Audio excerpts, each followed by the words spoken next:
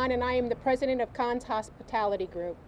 I'd like to welcome you and thank you for joining us to kick off this year's National Small Business Week. The 2016 theme, Dream Big, Start Small, is a motto that I have lived and worked by for the last 25 years. My husband and I started with a small catering company, and today we have a diverse portfolio of restaurants, retail, and lodging operations that employ over 115 employees. Running any business has its share of challenges, but knowing that our state leaders understand the important role small business has in the economy and the vibrancy of a community gives me great optimism as we continue to grow, and as it should all small business in the state of Illinois. Over the years, I've had the opportunity to work with the Illinois Department of Commerce and Economic Opportunity in order to expand our business operations. DCEO is a true gem to work with, and I encourage all businesses to explore its resources. With that, it gives me immense pleasure to introduce the Illinois Department of Commerce and Economic Opportunities Director, Sean McCarthy. Thank you, Karen, and everyone at Obed and Isaacs for hosting us today as we celebrate the start of Small Business Week. Small businesses like Obed and Isaacs are the backbone of our economy and the fabric of our local communities. The 1.2 million small businesses in Illinois attribute to 98% of the state businesses and employ over 2.4 million people. Small businesses are key to job growth and growing our state economy. We need to make Illinois a state that encourages entrepreneurship by creating an environment in which small businesses can grow and thrive. Governor Rauner understands the importance of Illinois small businesses and is committed to making our state a great place to start and grow a business.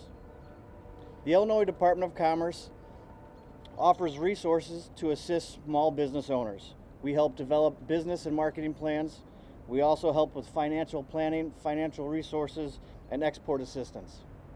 We are happy to celebrate Illinois small businesses this week, and now I'll turn things over to the governor to present the proclamation. Thanks, Sean. Again, good afternoon, everybody. Thanks for coming. This is one of my favorite locations in the entire state of Illinois. This is our unofficial home away from home for dinner. I can't wait for it to get a little bit warmer because I spend a lot of our summer evenings here. It's one of the great places in the entire state to sit out and enjoy a delicious beer. The lamb burger is outstanding. I recommend that to you if you haven't tried it. We're here to celebrate small business. Small business is the key to prosperity in the state of Illinois and throughout the United States of America. The majority of Americans either own a small business or work in a small, or are employed in a small business. Think about that. 2/3 of every new job, two-thirds of all the new jobs created are created in small business. Small business success is the economic prosperity for the people of Illinois and across the United States. This week, we are celebrating National Small Business Week, and that's what we're here to proclaim here for the state of Illinois. As we were walking up, Karen and I were talking about, they are expanding. They're expanding in Peoria. I'm looking forward to coming. I think they're going to open up in July. I look forward to sampling their food and beer up there as soon as they do. But she was explaining how they've had some delays because of regulatory hassles and their location next to the Department of Transportation interstate there. And the nightmare it's been getting the approvals and the red tape and the restrictions. That experience, unfortunately, is not uncommon for small business owners across the state. We have a lot of red tape. We have a lot of restrictions, a lot of regulations. One of the reasons we're setting up our not-for-profit Illinois Business and Economic Development Corporation is to have folks who are dedicated, creative problem solvers to streamline the process when applications are being done or regulatory burdens are hit, and help businesses get through their red tape so they can be freed up. The key to success for small business is reducing red tape, reducing the regulatory burden, and reducing the tax burden so the businesses can keep their costs reasonable and they can compete and earn a decent return on their investment. Entrepreneurs take risk capital. They need to get a good return on their risk capital in order so that they can expand and continue to grow, just like the Kahn family has done. That's the core of our turnaround agenda that we're advocating. It's about growing our economy by reducing the regulatory burden and the tax burden on small businesses so they can become big businesses. As we've talked to small business owners around the state, the two biggest problems we've heard about over the past year is workers' comp costs, especially for manufacturing companies, but many types of construction firms and many others. Workers' comp costs in Illinois are multiples of the states around us. They're 2 to 3 times as high as the costs in the states around us, and that hurts the competitiveness of our businesses, causes them not to expand and hire as many people, and in many cases they move out of the state to go to lower cost locations nearby. We've got to change that and make our workers' comp costs more reasonable. The other huge issue we hear about is property taxes. Property taxes, the #1 uncompetitive tax in the state of Illinois. I just saw an article here in the last week, I don't know if you guys noticed it, that some surveys were done and the average property owner in Illinois pays double in property taxes, the national average, and our average property owner pays the highest property tax in America. That's not sustainable. That really is crushing to small business owners. It's crushing to homeowners and hardworking families. We need to get our handle on our property taxes by getting local control around the costs of government and bargaining, bidding, contracting, etc. And we're advocating a 2-year property tax freeze to get the system level set and then get local control on our property taxes. We do that along with workers' comp reform. We can make our small businesses more competitive, and we can recruit more companies to come to Illinois when they look at our cost structure. Because companies want to be here. We've got the best location of any state, and we've got the hardest working people in America. Companies want to come here, but we've got to get our regulatory burden and our tax burden competitive. That's what our turnaround agenda is about, and that's why we're here to celebrate small business. We're trying to help small business become bigger business and expand in the state of Illinois. And today and now it's my honor to declare our official proclamation for Illinois' National Small Business Week and Illinois' role in celebrating small business around America. And with that, thanks Karen. Here's the official proclamation. I'm going to read it. It's not too long. I've had laryngitis last week, so hopefully I can get through the whole thing. Whereas America's progress has been driven by pioneers who think big, take risks, and work hard, and whereas from the storefront shops that anchor Main Street to the high-tech startups that keep America on the cutting edge, small businesses are the backbone of our economy and the cornerstone of our nation's promise. And whereas small business owners and Main Street businesses have energy and passion for what they do, and whereas when we support small business, we create jobs and local communities preserve their unique culture, and whereas because this country's 28 million small businesses create nearly two out of 3 jobs in our economy, we cannot resolve ourselves to create jobs and spur economic growth in America without discussing ways to support our entrepreneurs. And whereas the President of the United States has proclaimed National Small Business Week every year since 1963 to highlight the programs and services available to entrepreneurs through the U.S. Small Business Administration and other government agencies, and whereas the state of Illinois supports and joins in this national effort to help America's small businesses do what they do best, grow their business, create jobs, and ensure that our communities remain as vibrant tomorrow as they are today. Therefore, I, Bruce Rauner, Governor of the state of Illinois, do hereby proclaim May 1st to May 7th, 2016 as National Small Business Week in the state of Illinois. Yay, team. Okay. Thank you. Now we can do some questions. Governor, you talked about workers' comp, and I understand that fits into the grand compromise we're hearing about. How so? How are you going to make it better in a way that's going to pass down there?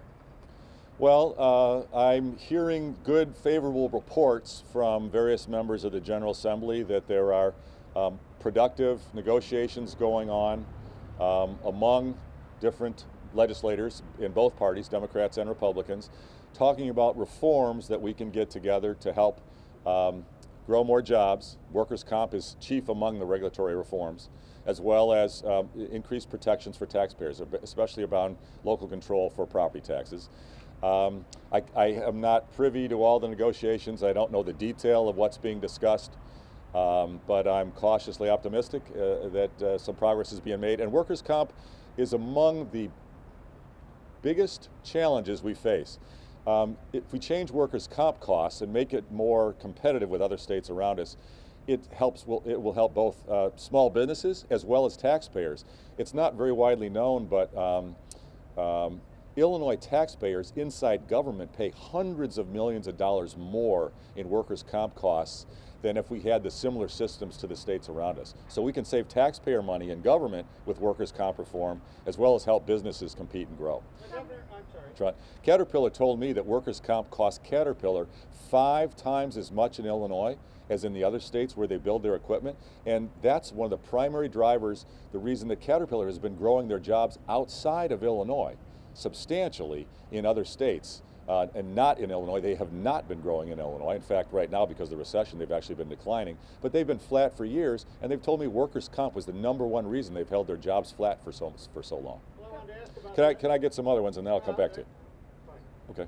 Yeah, Governor, when it comes to higher ed, would you support any additional money in the near term for our universities? There are some that say it still was enough, first of all, too little, too late, especially Yeah. CSU get too much of that bailout versus some of the other universities that are struggling?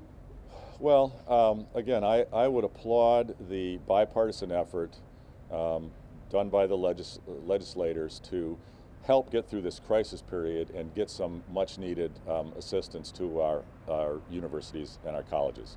No one wants to see Chicago State close. No one wants to see Eastern Illinois University have to lay off people. It's a tragedy that we haven't been able to get to a grand compromise on a budget. We clearly have to stop spending money that we don't have. We've been doing that for decades, and the time's up. We can't do that anymore. This short-term assistance bill was clearly never enough to solve our problem for our funding for our universities. It was a short-term solution to help keep them afloat for a period. We clearly need to do significantly more to support our universities. I support more money for our universities and our community colleges. Frankly, if we can get a grand compromise, I support significantly more. Education should be our top priority for our taxpayer dollars. And the right answer is to use this window of opportunity between now and May 31st to get a grand compromise, get reforms, get a truly balanced budget that includes some appropriate spending levels and some spending reductions, along with some new revenues and some tax reform. And that's really what we should focus on. We've got 4 weeks to get a grand compromise and get a balanced budget. That's what we really should focus on. Yes, sir. And we do a budget that's for 2016 and 2017. Frankly, we're out of money for 2016. There's nothing that we can do really productive for 2016. We should get a grand bargain for both years and do the right thing for the long term. Governor, was this? Yeah, hopefully we never have to go through this again. Well, we've been spending on a deficit basis for decades. And we've been borrowing to cover it up, and we have been skimping on pension payments to cover it up. That's the same as borrowing. If we don't pay into the pensions the actuarial amount, that's basically borrowing at the asset return of the pensions, which is about 8%. So we have been unknowingly, the voters and the taxpayers haven't been told by the elected officials what they've been doing. We've been borrowing at 8% for billions and billions of dollars, and it's come home to roost, and this is what we've got to fix. And if we think that only doing a tax hike could solve that problem, it won't. We need pension reform. We need growth. We can't tax our way out of this problem. It's not possible. We can't cut our way out of this problem. It's not possible. We've got to grow. We've got to help companies like Obed and Isaacs grow. Then we can have the revenue to solve the problem. Governor, if opportunity is the theme of the week, can you say today if you've given to the Illinois Opportunity Project, and if not, why not? I asked our team to check on that because I think you asked that before. I have not given since I became governor, and I believe I gave a small amount a couple years ago. You don't know how much? I don't. My order of magnitude, I think, was 25 to 50,000, which is a lot of money, but in the scheme of the millions that they raise, it's not very much. Governor, regarding this idea of a grand bargain, I mean, what's kind of the minimum you're asking for in terms of reforms, your agenda items, and how much would you be willing to sign on for in terms of revenue and taxes? Well, again, I don't want to get ahead of the legislature in their negotiations. I don't want to comment on specifics. I think the good news is they're talking about very significant reforms, I've been told.